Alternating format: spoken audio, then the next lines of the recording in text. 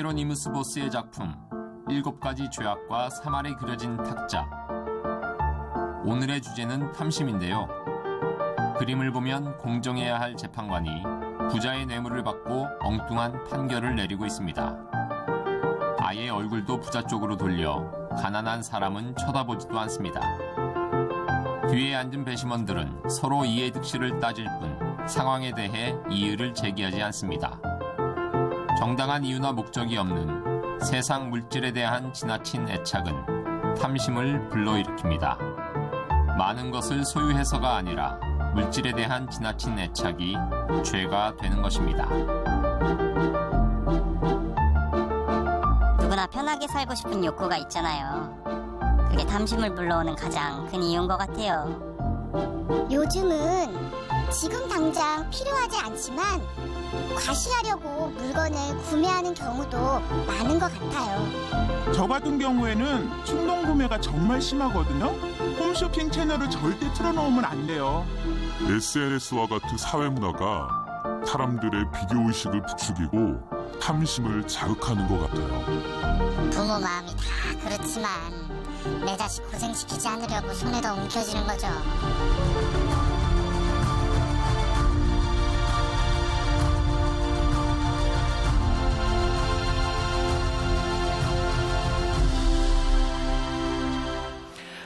지금 오늘 벌써 5번째 우리들 죄를 이기는 능력. 첫 번째 시간은 뭐였죠? 우리들에게 있는 분노. 두 번째 교만. 세 번째 질투. 네 번째 정욕. 오늘은 탐욕에 대한 문제를 다루게 됩니다. 여러분들에게 설문조사를 했어요. 어떤 죄가 여러분들에게 가장 심각하다고 느끼느냐. 결과를 보니까 저에게는 굉장히 의외였던 것 같은데 오늘 그 탐심이 7개 죄 중에는 6번째로 나왔어요. 제가 혼자 이렇게 생각을 해봤어요. 왜 탐심이라고 하는 것이 우리들에게 가장 낮은 부분을 차지했을까? 2가지 생각이 들더라고요. 탐심이라는 것을 우리들이 별로 심각하게 생각하지 않는 경우가 있고, 또 여러분들은 내가 탐심을 생각하기에는 나에게는 부족한 게 많아. 그렇기 때문에 탐심을 여러분들의 삶에서 죄라고 여기지 않는 경우도 많이 있는 것 같아요. 나 개인적으로는 오늘 이 탐심은 7가지 죄 중에 가장 심각한 죄의 문제이기도 합니다. 오늘 여러분들이 좀 주의 깊게 이 말씀을 들으면 좋을 것 같아요. 이 탐욕이라고 하는 것에 대해서 우리들이 먼저 그 정체를 좀 알아야 되겠다라는 생각이 듭니다. 전 탐욕은 우리들의 내용이 아니라 내용을 포장하는 것이 탐욕이 아닐까. 그러니까 우리들의 내적인 본질보다는 외적인 부분들을 자꾸 이렇게 포장하기 시작하면서 그것이 탐욕으로 나타나는 것이 아닐까. 여러분 혹시 뭐 천민자본주의 혹은 뭐 졸부 이런 이야기 들어봤죠? 돈은 많은데 돈을 쓸 만한 자격이 없는 사람, 뭐 이런 이야기이기도 합니다. 혹시 여러분들 김형석 교수라고 연세대에서 은퇴하신 철학 교수인데 이미 100세가 다 돼가는 분인데 들어보셨어요? 김형석 교수가 쓴 어떻게 믿을 것인가 라는 책에 보면 우리 근대사에 참 창피스러운 일이다라고 하는 걸 몇 가지를 이야기합니다. 첫 번째는 우리나라 저기 천안에 있는 독립기념관 알죠? 독립기념관의 크기가 얼마나 되는지 아세요? 180만 평입니다. 180만 평. 그러니까 무지무지하게 큰 곳에 독립기념관을 지어놓고 자랑한 게 뭔지 아세요? 그 기자재를 일제를 썼다는 거예요. 무슨 얘기인지 몰라요? 네. 또 2번째, 여러분들은 생각이 나지 않겠지만 우리 세대 어렸을 때만 해도 초등학교가 아이들이 너무너무 많아서 2부제 수업 혹은 3부제 수업을 했어요. 하루에 3번 수업을 했다고요. 그런데 그 당시 금액으로 국회의사당을 180억을 지고 국회의사당을 짓고 김영석 교수의 이야기에 의하면 한 번도 민주적인 국회 운영을 한 적이 없다. 그러니까 사실 그 당시에 180억이라면 국회의사당을 짓는 것보다는 학교를 짓는 것이 더 중요했다. 이런 의미이기도 합니다. 여러분 서울 올림픽 이후에 우리나라에서 유명한 상을 하나 제정하죠. 서울 평화상. 서울 평화상을 제정하고 뭘 자랑했는지 아세요? 서울 평화상의 상금이 노벨상보다 많다. 이런 것을 자랑했다는 거죠. 교계에서는 어떤 일이 있었는가? 70년대, 80년대 이후에 교회가 얼마나 큰가? 이런 것들을 가지고 자랑하기 시작했다는 거예요. 마치 천민자본주의 졸부처럼 우리의 내용이 아니라 우리의 욕심과 탐욕들을 드러내는 것을 자랑했다는 거죠. 오늘 본문 말씀에서 사도 바울은 6절에서 이런 이야기를 해요. 그러나 자족하는 마음이 있으면 경건은 큰 이익이 되느니라. 자, 여러분 대답을 안 해도 좋은데 한번 물어볼게요. 여러분들은 지금 여러분들의 삶에 대해서 자족하세요? 만족하세요? 내가 이 정도면 괜찮아. 대답하지 말라 그랬는데 아니라고 대답한 사람도 있네요. 자, 여러분 대답 안 해도 돼요. 내가 이제 풀어나갈 거니까. 성경은 이야기합니다. 내 마음에 만족해 라고 생각하는 사람이 있다면 그 사람은 경건에 참 유익이 있다. 다시 말을 하면 우리들이 경건하지 못한 이유 가운데 하나는 뭐냐면 우리들 속에 만족하는 마음이 없다는 거예요. 만족이 없으면 어떤 현상이 나타나냐면 내 만족을 대체하려고 하죠. 허세를 부리기도 합니다. 우리들이 만족하지 못하는 것 가운데 하나는 우리들 속에 있는 컴플렉스이기도 해요. 이 컴플렉스가 있으면 이 컴플렉스를 극복하기 위해서 탐욕으로 나타나기도 하죠. 물론 다 그런 건 아니지만 이게 명품을 가지려고 하는 그런 욕구 중에 하나도 내 컴플렉스를 커버하려고 하는 그런 것들이 있어요. 그래서 오늘 비가 많이 오므로 인해서 여러분들이 가지고 있는 명품이 진짜인지 가짜인지 다 구별됐죠? 네, 비 오는데 이렇게 오고 왔든지 이렇게 감싸고 왔든지 사실 그런 것들도 보면 우리들이 가지고 있는 컴플렉스를 외적인 것으로 이렇게 덮으려고 하는 지속적인 시도들, 그런 것들이 우리들에게 탐욕으로 나타나는 것이기도 해요. 여러분, 탐욕과 탐심이라고 하는 것이 정말 무서운 것은 뭐냐면 다른 모든 죄와 동일한 속성을 가지고 있다는 거예요. 탐욕이 우리들 속에 들어가면 진실 혹은 우리들의 현실을 왜곡시키는 현상들이 나타납니다. 그러니까 우리들이 이 탐욕이라고 하는 죄를 우리들이 극복해야 되는데, 탐욕이 가장 무서운 것은 탐욕이 우리들 속에 들어오면 우리의 영혼이, 우리들의 삶이 피폐해져 간다는 거예요. 점점 망가져 가는 거예요. 그래서 탐욕은 우리들에게 굉장히 무서운 죄죠. 이 탐욕에 대한 여러 가지 이야기들이 있습니다. 혹시 여러분들 용혜원 목사님이라고 들어봤는지 모르겠는데 그분이 책에서 이런 이야기를 썼어요. 한 청년이 들길을 가다가 길가에서 요술 램프를 하나 발견하게 돼요. 요술 램프를 발견하면 뭘 해야 될까요? 일단 비비고 봐야죠. 네, 비비면 뭐가 나와요? 요정이 나옵니다. 지니가 나오든지. 그 요정이 하나 딱 나오더니 이 젊은 청년에게 이야기합니다. 소원이 있으면 딱 한 가지만 이야기하세요. 무슨 소원이든 한 가지를 들어주겠습니다. 근데 이 청년에게 고민이 생긴 거예요.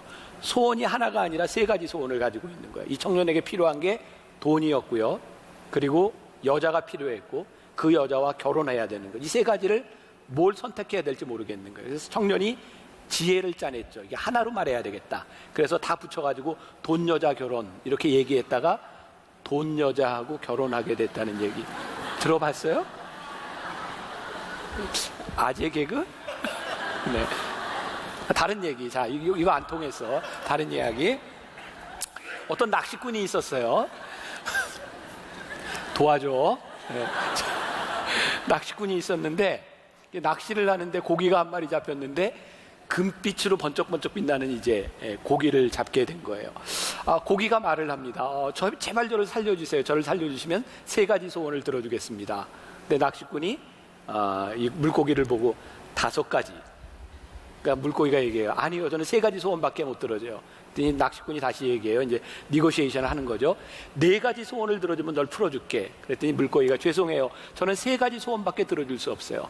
이제 낚시꾼이 안 되겠구나 싶어서 그래, 3가지 소원만 들어줘.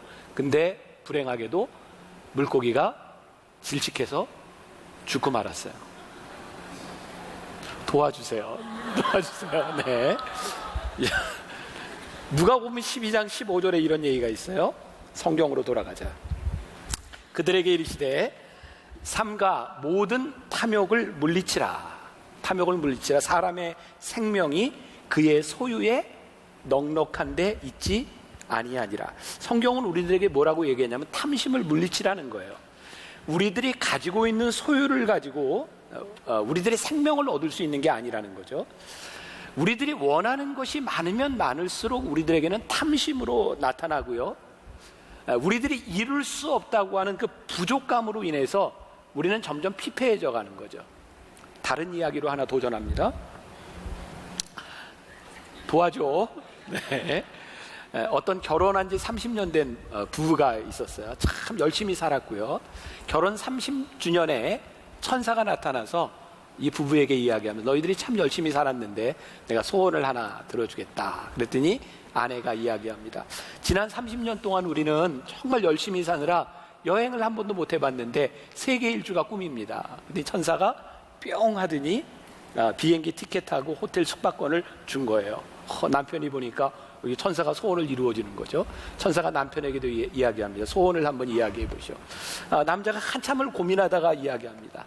나는 평생 내 아내와 동갑내기로 30년을 살았는데 소원이 있다면 이제는 30년 어린 여자와 한번 살고 싶소.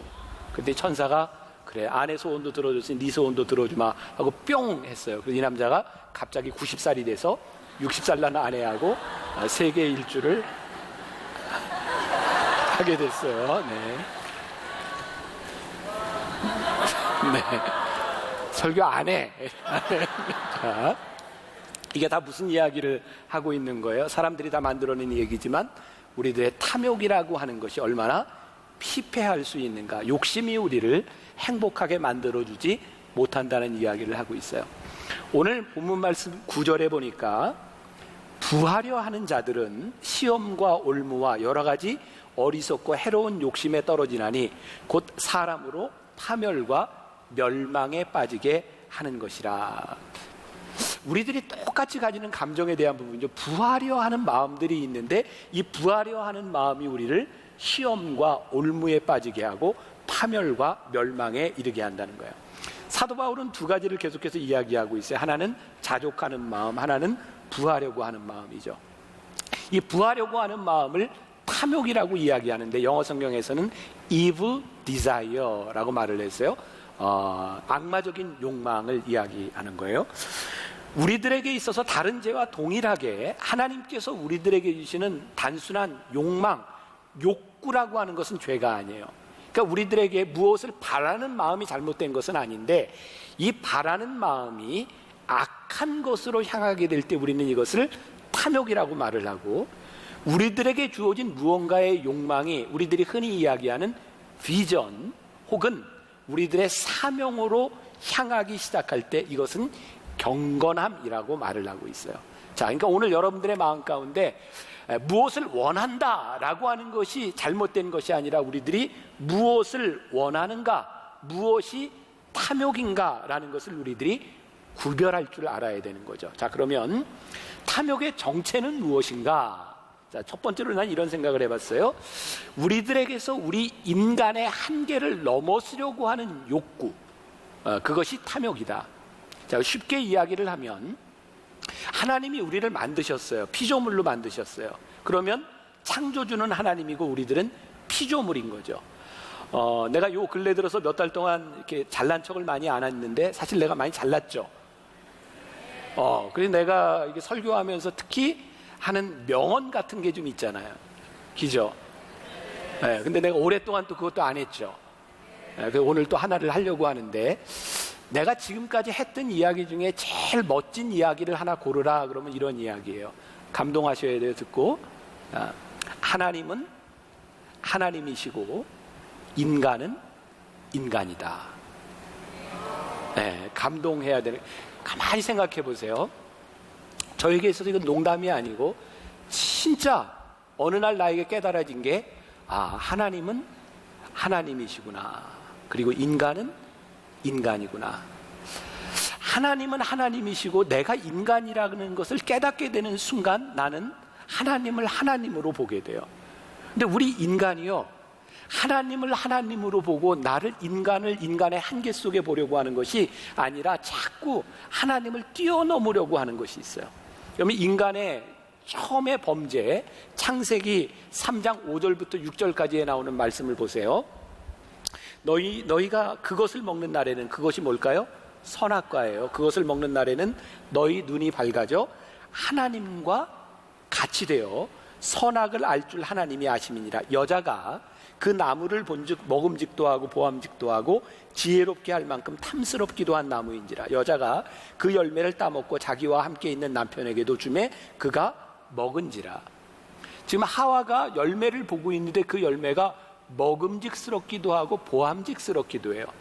아마 그 열매는 동산 안에 있던 다른 많은 열매 중에 하나였을 거예요. 그런데 하와에게 특별히 그 열매가 먹음직스럽고 보암직스럽게 보인 이유는 그 열매를 먹으면 뭐와 같이 될 줄을 알았어요? 하나님과 같이 될 줄을 안 거예요.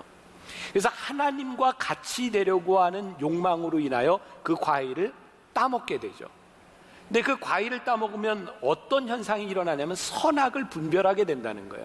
여러분, 우리 인간들에게는 선악을 판단할 능력이 그렇게 있지 않아요. 왜? 우리 인간은 부족한 존재인 거죠. 우리 인간을 판단하시는 분은 하나님이세요. 그런데 어느 날부터인가 우리들이 하나님의 자리에 올라가려고 하는 교만, 욕망들이 있어요. 내가 모든 것을 판단하려고 하는 것들이 있어요. 우리 한국 정치사를 보면서 요즘 제일 많이 나오는 이야기 가운데 하나가 개헌이 필요하다, 이런 얘기를 하죠. 개헌을 해야 되는 이유를 뭐라고 이야기하죠? 우리나라는 대통령의 권력이 너무 집중돼 있고 절대적이라고 하는 거예요. 저는 지금 대통령을 보면서도 똑같은 우려를 가지고 있어요. 왜? 지난번에 대통령이 우를 범했던 것처럼 대통령이 하는 일들을 보면 대통령이 무언가를 다 할 수 있다고 생각하고 대통령이 결정하면 무언가가 다 돼야 된다고 생각하는 거죠. 근데 우리 인간들에게는 그런 능력과 그런 선함이 우리들에게 없는 거예요. 그래서 우리나라의 정치사를 바라보면 정말 필요한 것이 있는데 인간에게는 절대 권력이 주어지면 안 된다는 거예요. 자, 여러분들에게 물어볼게요. 여러분들은 복음의 능력을 믿어요? 여러분, 하나님의 말씀의 능력을 믿어요? 네, 우리가 하나님을 믿는다고 하는 것은 뭘까요? 저는 오늘 새벽에도 어머니 기도실에서 기도하면서 오늘 말씀을 준비하면서 하나님, 정말 우리 교회 교인들, 우리 젊은이들, 이 땅에 있는 교회들이 하나님의 능력을 믿게 해주세요. 어떤 능력? 이 나라가 우리 인간의 판단과 인간들이 가지고 있는 절대 권력이 아니라 하나님 앞에 순종할 수 있는 마음과 하나님의 말씀을 귀 기울일 수 있는 사람들, 그래서 겸손해서 누군가의 이야기를 들을 수 있는 위정자들이 되게 하여 주옵시고, 하나님, 이 나라 백성들이 하나님 앞에 겸손해져야 하나님, 이 나라와 이 민족이 바로 서지 않겠습니까? 저는 이 나라와 이 민족을 바라보며 우리 젊은이들이 나라를 위해 기도해야 되는 이유가 무엇일까? 그것은 하나님의 음성을 듣고 하나님 앞에 순종하기 위해서가 아닐까? 만일 우리가 하나님의 말씀을 들으려고 기도하지 않는다면 우리는 똑같은 교만과 탐욕의 죄를 짓고 있는 것은 아닌가라는 생각이 들어요. 여러분, 죄가 왜 무섭고 탐욕이 왜 무서운지 아세요? 하와가 하나님처럼 되고자 하는 욕망으로 인해 죄를 짓고 난 다음에 그가 따먹었던 선악과를 누구에게 주죠? 남편 아담에게 줍니다. 여러분, 죄를 지으면요, 죄를 지은 사람들이 동일한 마음을 가지는데 이 죄를 누군가 공유하면 내 죄가 감춰줄 것이거나 내 죄가 작아지리라고 생각하죠. 그래서 탐욕으로 인하여 죄를 지은 사람들은 예외 없이 공범을 만들거나 뇌물을 먹이게 되어 있어요. 이 사회를 바라보며 우리들이 탐욕을 극복할 수 있는 것이 무엇인가? 하나님과의 관계 속에 바로 서고, 우리 여기 예배드리고 있는 우리 젊은이들이 하나님 앞에서 올바로 탐욕을 이길 수 있다면 나는 이 나라에 소망이 있다고 생각하거든요. 그래서 복음이 능력인 거죠. 우리가 오늘 이 복음의 능력을 믿지 못한다면 우리들이 탐욕을 이긴다고 하는 거, 이거 굉장히 공허한 이야기죠. 탐욕이 우리들 속에 들어가면 하나님을 두려워하기 시작해요. 그래서 하나님의 낯을 자꾸 피하게 됩니다. 자, 보세요. 여러분들에게 탐욕과 욕심이 들어갔다는 증거 중에 하나는 여러분들이 하나님의 낯을 피할 때입니다. 여러분들이 욕심스러운 일을 하면서, 탐욕적인 일을 하면서 하나님 앞에 서지 못합니다. 그러니까 여러분들의 삶에서 내가 하나님의 낯을 피하고 있다라고 생각이 되어진다면 내 속에 탐욕이 있다고 생각하면 돼요. 어제였어요. 우리 교회 재무를 담당하고 있는 우리 교회 직원이 나에게 전화를 했어요. 지금 우리 목사님 숙소를 구하고 있는데 계약을 하러 갔어요. 다 보고 계약 단계가 된 거예요. 근데 주인이 다운 계약서를 써달라 그러는 거예요. 이유는 뭐 모르겠지만 다운 계약서를 써주는 조건으로 집값을 1억을 싸게 해주겠다는 거예요. 그러니까 교회 입장에서 보면 뭐 다운 계약서가 어떻게 됐든지 그거 써주면 당장 1억을 이득을 얻을 수 있는 거예요. 근데 우리 직원이 그 주인에게 이렇게 이야기를 했대요. 교회이기 때문에 우리 교회는 절대로 그렇게 하지 못합니다. 다운 계약서 써줄 수 없습니다. 제가 그 이야기를 듣고 잘했다고 생각을 했을까요? 안 잘했다고 생각을 했을까요? 조금 억울하기는 한데 잘했다라고 생각을 했어요. 우리 직원이 한 얘기에서 교회이기 때문에 우리는 그렇게 하지 못합니다. 교회이기 때문에 우리는 하나님을 믿고 있기 때문에 우리들이 돈을 얻을 수 있는 것보다 하나님 앞에 서는 것이 더 중요하기 때문에 교회이기 때문에 다운 계약서는 써줄 수 없습니다. 그래서 계약이 파기가 됐어요. 이제 다른 집을 또 구해야 되는 상황이 되었어요. 가만히 보면 우리들의 욕심으로 인하여 탐욕으로 인하여 우리들이 무언가를 할 때 우리들이 하나님의 낯을 피하고 있지 않은가. 제가 목사이기 때문에 두려운 마음으로 이야기를 하자면 목회자들이 가지고 있는 욕심과 혹시 교회가 가지고 있는 욕심으로 인하여 교회 부흥과 우리가 흔히 이야기하는 사람들이 늘어나는 어떤 사업들을 인하여 우리들이 열심히 하고 있는 일로 인하여 억지로 하나님의 낯을 피하고 있다면 우리는 탐욕 가운데 있는 것이 분명해요. 그러니까 우리들의 내면을 우리들이 볼 필요가 있는 거예요. 또 탐욕의 정체는 무엇인가? 그것은 탐욕은 늘 우리들에게 부족감이라고 하는 이름으로 다가온다는 거예요. 영혼에 대한 갈망이 아니라 우리들 욕망에 대한 갈망으로 인하여 오늘 본문 말씀 8절에 보니까 보세요. 우리가 먹을 것과 입을 것이 있은즉 족한 줄로 알 것이니라. 자, 여기서 다시 한번 여러분들에게 물을게요. 여러분들에게 먹을 것이 있어요, 없어요? 있어요. 여러분 입을 것이 있어요, 없어요? 있어요. 근데 여러분 그것이 족해요? 성경은 오늘 우리들에게 얘기합니다. 너희들에게 먹을 것과 입을 것이 있은즉 너희들이 족한 줄로 알아라. 그래야 너희들이 경건하다는 거예요. 근데 우리들이 먹을 것과 입는 것 중에서 우리들이 계속 부족하다고 느끼는 이 부족감은 우리로 하여금 계속 욕망을 만들어내고 중요한 것은 이 욕망은 절대로 채워지지 않는다는 거죠. 채워지지 않는 욕망은 우리를 계속해서 피폐하게 만들어주는 거예요. 이번 설교는 우리 교인들과 함께 내가 피드백을 하고 있어요. 오늘 원고를 우리 교인들에게 먼저 넘겨주고 그 교인들이 묵상한 글을 내가 받게 됐어요. 한 교인이 이런 묵상글을 썼어요. 좀 읽어드릴게요. 백화점에 갔더니 의심할 정도의 가격으로 신발이 진열되어 있었습니다. 마트도 아니고 백화점. 발에 맞는 사이즈로 골라 의기양양하게 집으로 왔습니다. 신발장을 열었을 때 다른 신발들로 가득한 것을 보았고 또 비슷한 모양과 비슷한 색의 신을 사왔음을 알았습니다.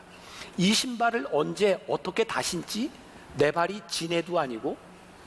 그때 누가복음 12장에 먹을 것을 잔뜩 쌓아놓고 만족해하는 어리석은 부자의 모습이 떠올랐습니다.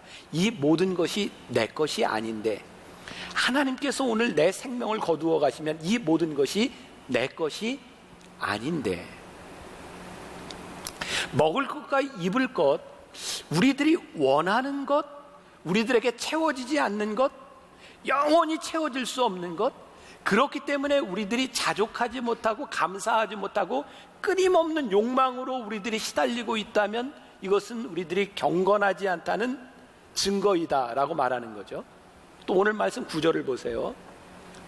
부하려 하는 자들은 시험과 올무와 여러 가지 어리석고 해로운 욕심에 떨어지나니 곧 사람으로 파멸과 멸망에 빠지게 하는 것이다. 자, 하나님께서 우리들에게 자족에 대한 것을 깨닫게 하시도록 주신 것이 시험하신 것이 성경에 나오고 있는데 출애굽기 16장 4절 말씀이에요. 같이 한 목소리를 읽어보세요. 시작. 그때 여호와께서 모세에게 이르시되 보라, 내가 너희를 위하여 하늘에서 양식을 비같이 내리리니 백성이 나가서 일용할 것을 날마다 거둘 것이라. 이같이 하여 그들이 내 율법을 준행하나 아니하나 내가 시험하리라. 자, 이스라엘 백성들이 광야를 지나고 있는 동안 먹을 것이 없었어요. 그래서 하나님께서 만나를 주셨거든요. 근데 하나님께서 만나를 주시는 방식이 어떤 방식이었냐면 아침에 나가면 비같이 만나가 내렸어요. 만나가 무엇인지는 몰라요. 비같이 내렸는데 이스라엘 백성들이 매일 만나를 거두어 드리는 거예요. 그러면 하루를 먹어요.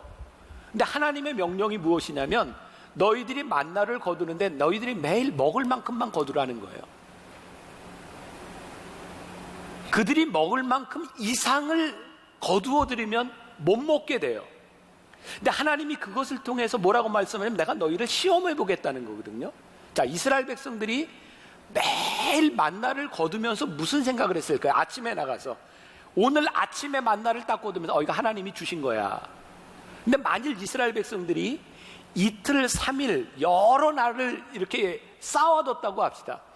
첫날 그들이 거둘 때는 게 하나님이 주시는 거야 라고 생각하겠지만 자기들이 거둬놓은 것을 그 다음날 먹을 때 그것이 하나님이 주신 것이라고 생각할까요?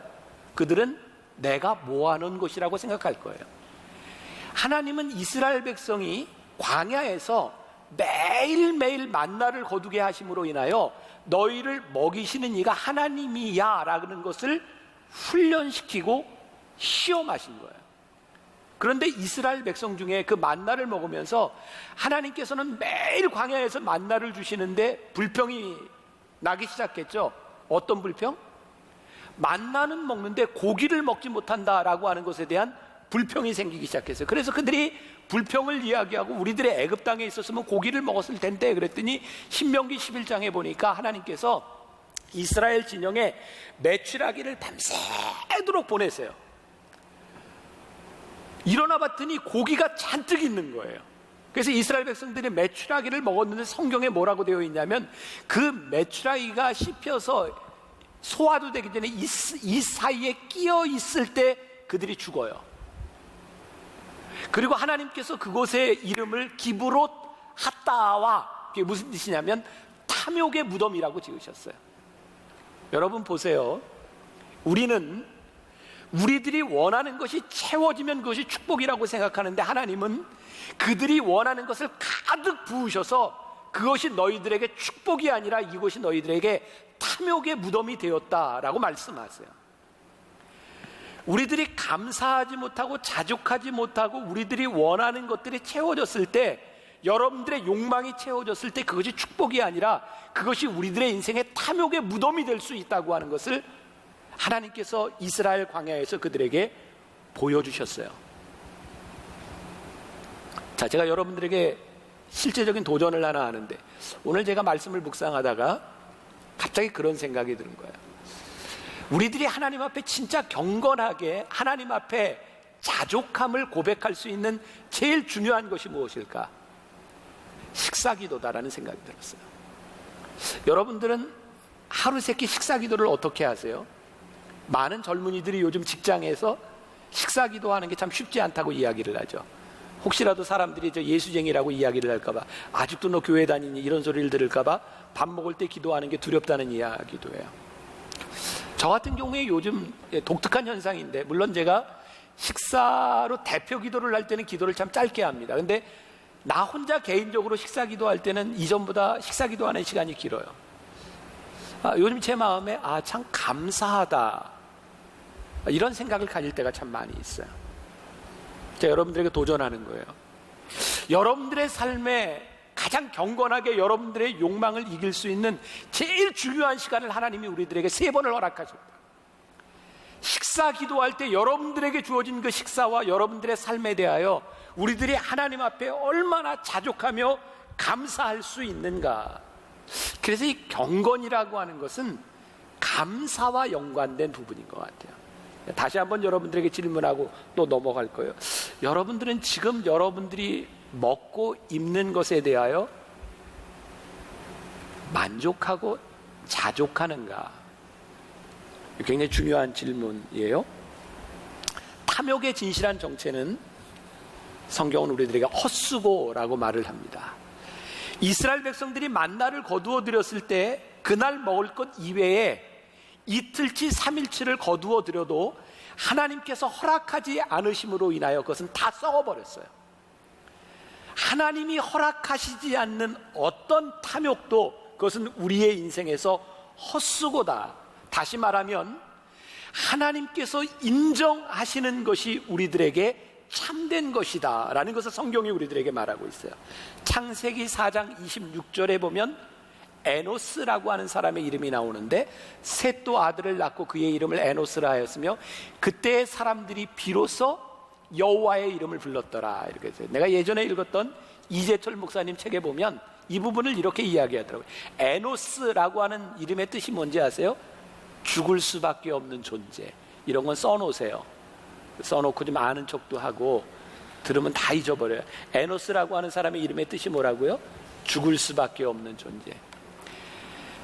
그 당시 사람들이 에노스, 죽을 수밖에 없는 존재라고 하는 것을 알면서 비로소 하나님의 이름을 부르기 시작했다는 거예요.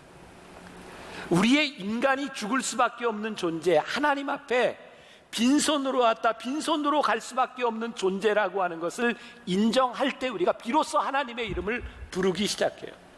내가 가지고 있는 것들 하나님이 허락하시지 않으면 그것이 우리들에게 탐욕일 수밖에 없다라는 것을 인정하는 순간 우리는 탐욕을 이기는 사람이 될 수 있어요. 하나님이 보이지 않는 인간은요, 하나님을 인정하지 않는 인간은 우리들이 가진 것을 가지고 얼마나 이기적이고 얼마나 자기중심적이 될 수 있는지 아세요? 자, 중요한 이야기예요. 누가복음 12장에 예수님께서 비유로 말씀하시는 한 부자의 비유에 대한 이야기가 나오는데 이 말씀을 하시게 된 이유가 아주 중요한 이야기입니다. 예수님께 어떤 사람이 나와서 다툼을 하는 거예요. 부모에게 상속을 받았는데 이스라엘 율법에 의하면 형이 부모 상속의 3분의 1을 가져요. 그리고 나머지는 동생들이 나눠 갖는 거예요. 아주 불공평하죠. 근데 그 당시에 유대의 법이었어요. 그런데 3분의 1을 가지는 형이 더 갖겠다는 거예요. 이 논쟁을 가지고 예수님 앞에 나온 거예요.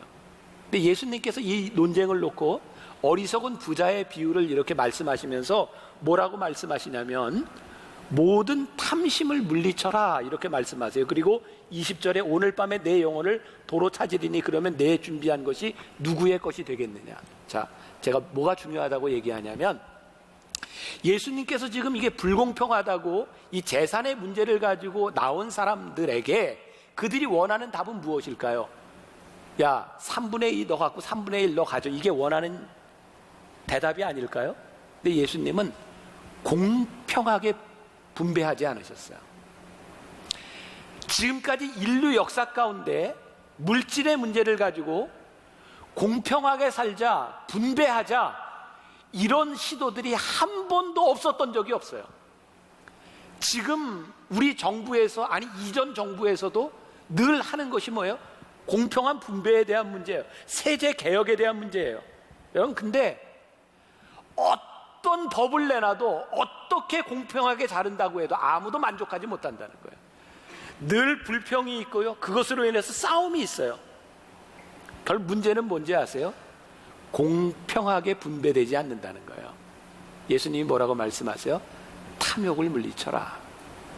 문제는 공평하게 나누는 것이 아니라 너희들 속에 있는 탐욕의 문제다.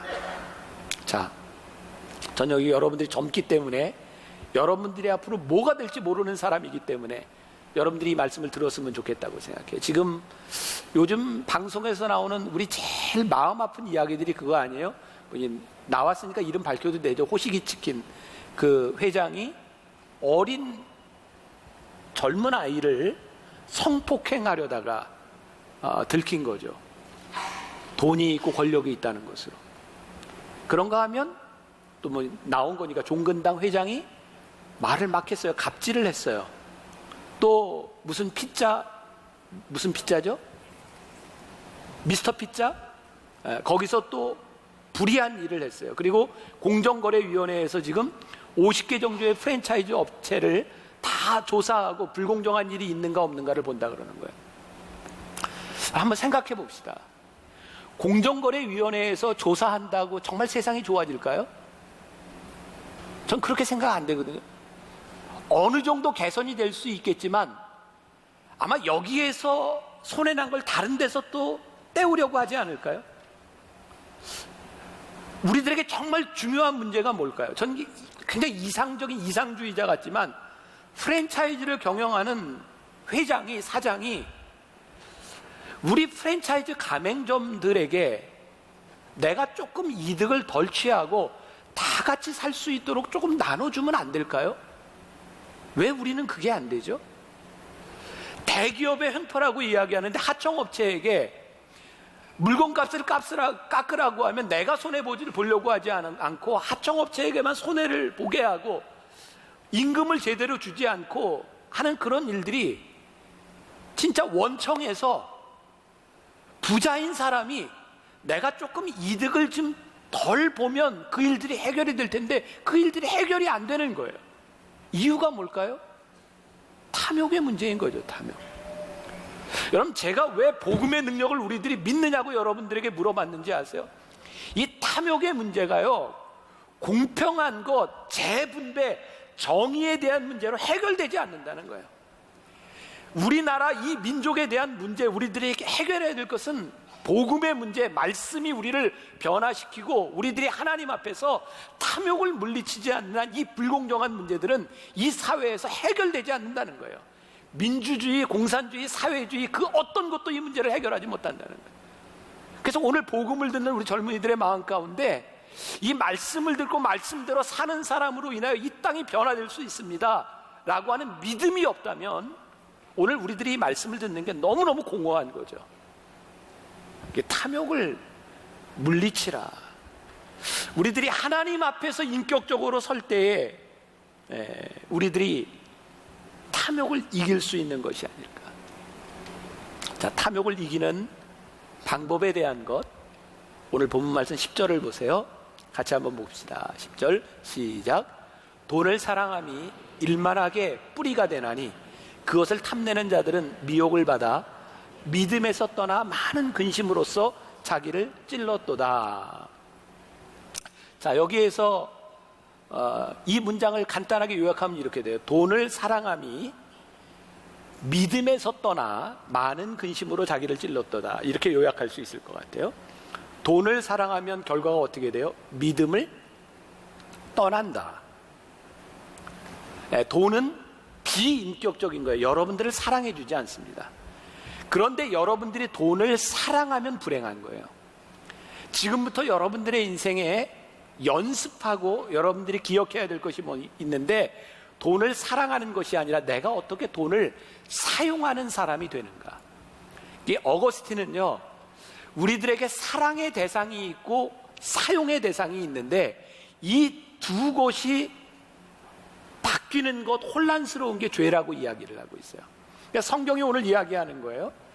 여러분들이 돈을 사용할 줄 아는 사람이 되기 위하여 우리들이 어떻게 노력하며 살아가는가. 오늘 11절 말씀이 이렇게 이어지고 있어요. 오직 너 하나님의 사람아, 이것들을 피하고, 뭘 피해요? 돈을 사랑하는 것을 피하고 의와 경건과 믿음과 사랑과 인내와 온유를 따르며. 돈을 사모하는 마음을 피하라는 거예요. 그러면 어떻게 피할까요? 이걸 여러분들에게 가르쳐 줘야 되겠죠? 이건 우리들이 그냥 딱 결심한다고 되는 것이 아니라 우리들의 삶의 훈련이 필요해요. 훈련.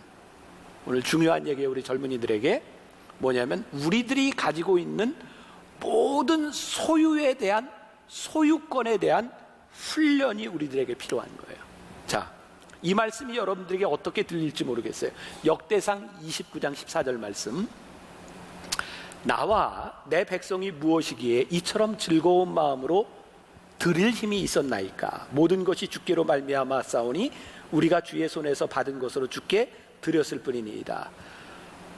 이스라엘 백성이 이야기를 하는데요, 하나님께 이렇게 무언가를 드렸던 것 같아요. 근데 이들이 감격하는 게 뭐예요? 우리가 무엇이간데 이처럼 즐거운 마음으로 드릴 힘이 있었나이까. 그게 그들에게 감격스러운 거예요. 하나님께 드릴 수 있다고 하는 것이 그들에게 너무너무 감격스러웠던 일인 거예요.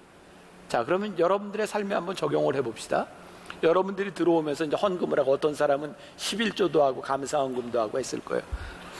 근데 여러분들이 이렇게 헌금을 하면서 와, 정말 감사해, 하나님이 나에게 이렇게 드릴 수 있는 힘을 주셨어, 감사해, 이런 고백이 여러분들에게 있었는가? 아니면 아우 정말 또 내야 돼, 너무너무 아까워, 이런 마음이 여러분들에게 있었는가? 이것이 굉장히 중요한 탐욕과 소유권에 대한 문제라는 거죠.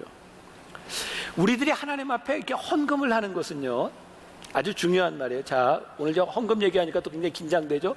또 끝나고 한샘 치고 헌금하려는 얘기 아닌가 막 이런 생각 들지 않아요?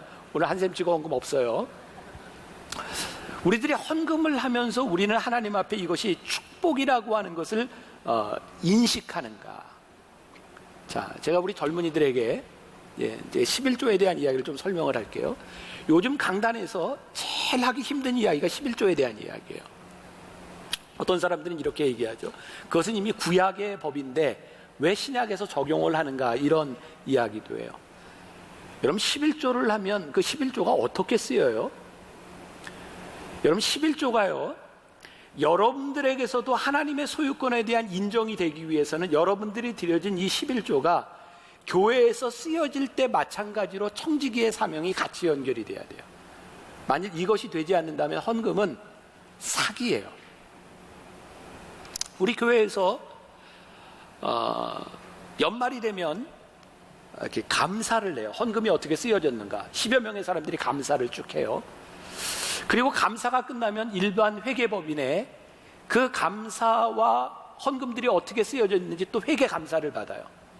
그리고 여러분들에게 특별 헌금을 요청할 때는 어김없이 헌금이 얼마가, 여러분들의 헌금을 얼마 했고 이 헌금이 얼마가 쓰였습니다, 여러분들에게 보고를 해요. 이유가 뭔지 아세요? 이 헌금은 교회 것도 담임 목사 것도 누가 쓸 수 있는 것이 아니라 하나님께 드려진 것이 어떻게 청지기로 잘 쓰여져 있는가를 우리들이 알 수 있기 때문이죠. 여러분들이 11조를 하면서 이렇게 생각하세요. 여러분들은 10의 1조, 내가 가진 것의 10분의 1을 드리는 게 11조라고 생각하세요? 11조는 그런 의미가 아닙니다. 11조는 하나님 앞에 여러분들이 10의 1조를 드릴 때 하나님이 10의 9을 내가 쓰도록 하셨어 라는 감사의 고백이에요. 여러분들이 가지고 있는 것 중에 10의 1조를 드린다고 생각하면요, 11조의 액수가 늘어나면 늘어날수록 여러분들에게는 겁나는 액수입니다. 근데 하나님께서 10의 9을 나에게 쓰도록 허락하셨어 라는 생각이, 믿음의 고백이 들면 11조의 액수가 커지면 커질수록 우리들에게 더 큰 감사의 고백이 있어요. 11조는요, 우리들이 하나님 앞에서 우리의 욕망과 탐욕을 이기게 하는 아주 중요한 훈련이에요. 여러분들이 11조를 해야 나에게 개인적으로 이득되는 거 하나도 없어요. 교회가 개인적으로 이득되는 것이 아니라 여러분들의 삶에서 탐욕을 이기고 여러분들의 삶이 하나님 앞에 어떻게 경건하게 살아갈 수 있느냐를 아주 중요하게 훈련시키는 것이 11조예요. 여러분, 또한 성경은요, 구약시대에 보면 11조뿐만 아니라 회식의 11조와 어려운 사람들을 위한 헌금을 또 하게 했어요. 그들의 수입의 23% 정도를 하나님과 남을 위해 쓰도록 정해놓은 것이 구약의 법이었어요. 저는 그게 옛날의 법이다라고 하는 것이 아니라 왜 하나님께서 그런 것을 우리들에게 명령하셨는가, 우리들에게 주어진 것이 내 것으로 나에게 쓰도록 만든 것이 아니라 이 소유가 하나님께 있음으로 인하여 이것이 필요한 하나님의 백성들과 함께 쓰도록 우리들에게 주신 것이 헌금의 정신인 거예요. 그러니까 여러분, 여러분들의 삶에서 탐욕을 이기고 여러분들이 경건의 삶을 살아가기 위해서 해야 되는 훈련이 있는 거예요.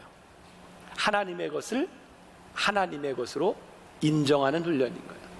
제가 오늘 제 이야기를 하고 여러분들의 삶에도 도움이 된다면, 혹 여러분들에게 거부감이 느껴질지도 모르지만 내 이야기를 하고 말씀을 좀 마치려고 그래요. 저는 담임 목사가 되고 나서 제일 고민스러웠던 것, 저는 진짜 만나교회 담임 목사가 되는 순간 전 좋은 목사가 되고 싶었어요. 그리고 어떤 좋은 목사가 되고 싶었냐면, 다른 사람에게가 아니라 나는 우리 교인들에게 좋은 목사가 되고 싶었어요. 그러니까 이제 하나님 앞에서 목회자의 모습 이런 거 떠나서 교인들이 담임 목사 김병삼 목사를 생각할 때 우리 목사님 너무 좋아. 나는 그런 목사가 되고 싶었어요. 그래서 여러 가지 노력을 했던 것 같아요. 근데 그 중에 하나가 돈에 대한 문제였어요. 돈. 오늘 지금 하는 이야기는 절대적인 기준에 대한 것이 아니라 내 개인적인 고백이에요. 나는 돈에 대해서 가장 심각하게 하나님이 도전을 주셨던 때가 언제냐면 내가 군목 시절이었어요. 그때는 87년도, 88년, 89년 그 당시 내 월급이 군대에서 한 20만 원 정도 내가 이제 받았을 때고, 그때 결혼을 하고 아이를 데리고 살아야 되니까 진짜 풍족하지 않은 때였어요. 물론 장교니까 부대에서 이제 집도 주고 했지만 별로 풍족하지를 않았어요. 근데 그때 내 삶에는 계획이 있었어요. 군대를 제대하고 나면 나는 유학을 가야지. 그래서 유학을 가기 위한 유학 자금을 만드는 것, 그 제일 좋은 방법 중에 하나는 그 당시에 군인 공제라고 하는 적금을 들면 이자가 굉장히 높았어요. 그래서 퇴직할 때 돈을 많이 찾을 수가 있었어요. 그래서 그 작은 월급을 가지고 이렇게 군인 공제를 들고 적금을 들고 살았어요. 나는 군목 시절에 은혜를 받았거든요. 근데 기도하는데 하나님께서 저를 제일 많이 회개시키신 부분이 뭐였냐면, 내가 가지고 있는 물질에 대한 부분이에요. 내가 돈이 많기 때문이 아니라 내 우선순위가 저금이었던 거예요. 하나님이 그걸 철저하게 회개를 시키셨고, 그 다음부터 이제 나는 어떤 생각을 하게 되냐면, 내가 목회하는 동안 이 목회는 돈으로 하는 것이 아니다. 그런 믿음을 가지고 이제 살아왔던 거예요. 만나교회 내가 이제 담임이 됐어요. 내가 종종 이렇게 잘난 척을 하지만 진짜 잘났어요. 뭐냐면, 제가 외부에 가서 이렇게 강의를 하면, 이렇게 설교를 하면 소위 말하는 게 특급 대우를 받아요. 그러니까 나는 1시간 강의, 기업에 가서든 어디에 가서 하든 나는 굉장히 여러분들이 생각하는 것보다 많은 액수의 돈을 받아요. 그런가 하면 나는 이제 학교에서 강의를 해도 돈을 받고, 또 책을 많이 썼기 때문에 나에게 정기적으로 들어오는 인세도 있어요. 근데 제일 큰 수입은 뭐냐면 결혼 주례비예요. 제가 결혼 주례를 얼마나 많이 했는지 몰라요. 그러니까 저에게 들어오는 돈이 많은 거예요. 근데 문제는 뭐냐면 나에게 돈이 많다는 거예요. 나는 교회에서 월급을 받아요. 그리고 그 월급을 가지고 우리 집사람이 보험도 들고 아무튼 이렇게 나도 똑같이 살아요. 그런데 나에게 그것 이외에 돈들이 많이 생기는 거예요. 내가 이 돈들을 이렇게 가지고는 나는 좋은 목사가 될 수 없겠다는 생각이 들었어요. 그래서 혼자 마음에 결심을 한 거죠. 내가 월급 이외에 이렇게 받는 돈들은 내가 다 그냥 교회 헌금으로 내야 되겠다. 그렇게 생각을 하고 이제 다 교회에다 이제 내기 시작했어요. 어느 날 장로님이 저에게 와서 이런 이야기를 하더라고요. 목사님, 이렇게 외부에서 받는 사례비나 돈들을 이렇게 인세는 다 지금 장학금으로 들어가고 이렇게 헌금하지 말고 목사님이 쓸 만큼 모아놨다가 쓰세요.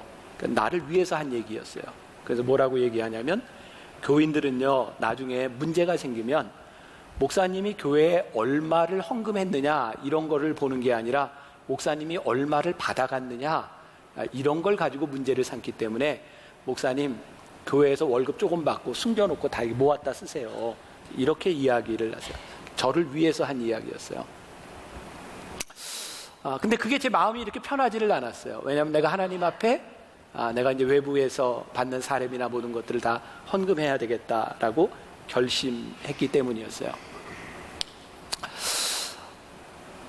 그러면서 저에게 제일 많은 수입원이었던 주례비, 그게 제일 큰데 언제부턴가 주례를 많이 안 하기 시작했어요. 왜냐하면 해야 별로 소용이 없잖아요. 내가 받는 게 아니니까. 그래서 내가 주례를 많이 할 때 토요일, 금요일 한 번에 이렇게 5번까지 주례를 하게 되더라고요. 그러니까 이건 돈 문제가 아니라 이래서 내가 사역을 못하겠다. 그래서 무조건 한 주에 하나, first come first service. 뭐 직책이나 이런 거 관계없이 먼저 신청하는 사람 딱 한 주에 한 명만 주례한다. 이제 그걸 내가 이제 원칙으로 삼아요. 그리고 내가 주례비를 내는 청년들이나 부모님들에게 주례비 많이 주세요. 괜찮아요. 왜냐하면 주례비는 전체 다 어려운 사람들을 위해 쓰여지기 때문에 그래요. 근데 저에게 이제 고민스러운 일이 하나 생겼던 거예요. 뭐냐면 지금 우리 청년부의 전도사로 있지만 우리 아들이 이제 미국 유학을 가게 됐어요. 대학교 때 유학을 가게 됐는데 내가 교회에서 받는 월급을 가지고는 우리 아들 유학비를 대면서 공부하는 게 사실은 힘들어요. 할 수가 없어요. 그래서 장로님들하고 의논을 했어요. 우리 아들의 학비를 내가 대야 되는데 이 학비를 어떻게 하면 좋을까요? 내 월급으로는 이거 대면서 생활이 안 될 것 같고 그래서 장로님들 얘기는 목사님이 받는 사례비 중에 그만큼 이렇게 모아놨다가 필요한 만큼만 쓰시는 게 어때요? 이렇게 이제 제안을 했어요. 그래서 나를 위해서 하는 이야기니까 그것도 일리가 있겠다라고 생각을 했는데 문제는 내가 필요한 만큼이라고 하는 것이 기준이 서지를 않는 거예요. 내가 필요한 만큼 모은다고 하는 것이 얼마일까? 이것은 늘 가변적이라는 거예요. 내가 장로님들께 이렇게 요청을 했어요. 죄송하지만 우리 아이가 4년 졸업할 때까지만 내가 지금까지 하던 대로 헌금을 그대로 할 테니 학비만 좀 보조를 해주면 좋겠습니다. 그리고 4년이 지나서 이제 우리 아이가 대학을 졸업했어요. 그 4년 동안이 나에게는 얼마나 무겁고 힘든 기간이었는지 몰라요. 교회에서 이제 우리 아이 그 학비를 받는 거 물론 다 내가 낸 헌금이라고 생각할 수도 있지만 그 시간들이 이렇게 지나갔어요.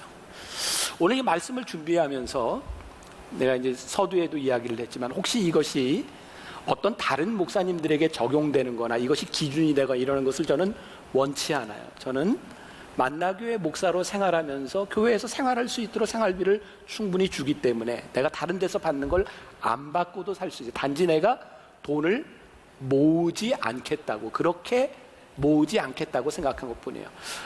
나도 우리 집에서 보험도 들고 다 우리 집 사람이 그런 거 다 해요. 내가 청빈하다거나 이런 이야기를 여러분들에게 하는 것이 아니에요. 근데 제일 가장 중요한 것은 뭐냐면 내가 하나님 앞에서 이 돈에 대한 문제, 이 소유에 대한 문제로 고민하지 않는 한 난 언제 무너질지 모르는 사람이라는 거예요. 오늘 내 이야기를 통해서 여러분들이 들으면서 어떤 사람에게는 참 기분 나쁜 이야기일 수도 있다. 그래 목사님은 그래도 아들을 유학 보낼 수 있잖아요. 이렇게 생각할 수도 있고 여러분들의 기준에 의해서 목사님은 그래 괜찮은 사람이야 라고 생각할 수도 있고 이것은 여러분들 개인적인 기준에 맞추려고 하는 것이 아니에요.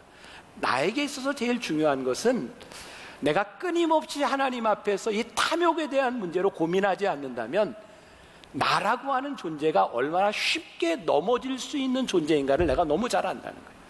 제가 오늘 여러분들에게 무엇을 도전하고 싶은가? 여러분들에게 자족이라고 하는 것, 필요한 것이라고 하는 것, 원하는 것이라고 하는 기준은 누가 절대로 여러분들에게 세워주지 못한다는 거예요.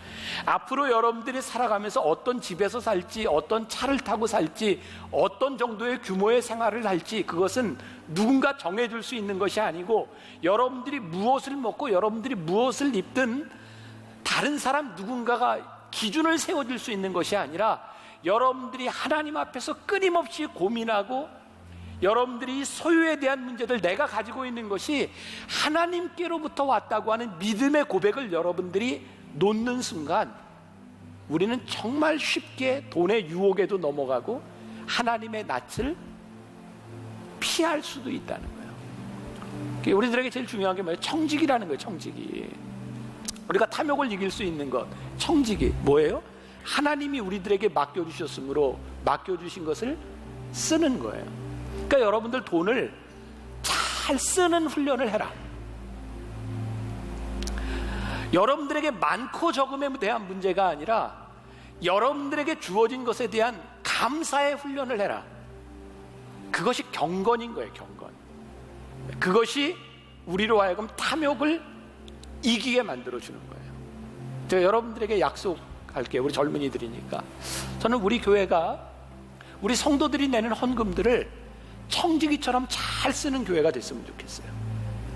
그리고 여러분들이 살아가는 동안 이 중에 여러분들이 돈에 여유가 있는 사람도 있고 어려운 사람도 있겠지만 여러분들이 어떤 형편에 있든지 하나님 앞에 여러분들에게 주어진 것이 하나님의 축복임을 고백할 수 있는 사람이 되라고요. 그리고 11조가 많아지면 많아질수록 와, 하나님이 나에게 맡겨주신 청지기의 사명이 참 크구나 라는 믿음의 고백을 할 수 있는 사람이 되어야 돼요. 그래야 여러분들이 탐욕에 넘어지지 않는다고요. 그러니까 헌금은 하나님께 대한 고백에 대한 문제고 우리 믿음에 대한 확인에 대한 문제인 거예요. 제가 다시 이야기해요. 우리가 복음의 능력을 믿는가? 우리가 말씀의 능력을 믿는가? 우리가 말씀대로 살아가면 이 탐욕을 물리치면 우리가 살아가는 이 세상이 바뀔 수 있다고 하는 믿음이 우리들에게 있는가? 그때 우리들이 능력 있는 젊은이들이 되는 거죠. 말씀으로 살아갈 수 있는 용기가 생기는 거죠. 만약 그게 없다면 우리가 세상에서 어떻게 용기 있게 살아요?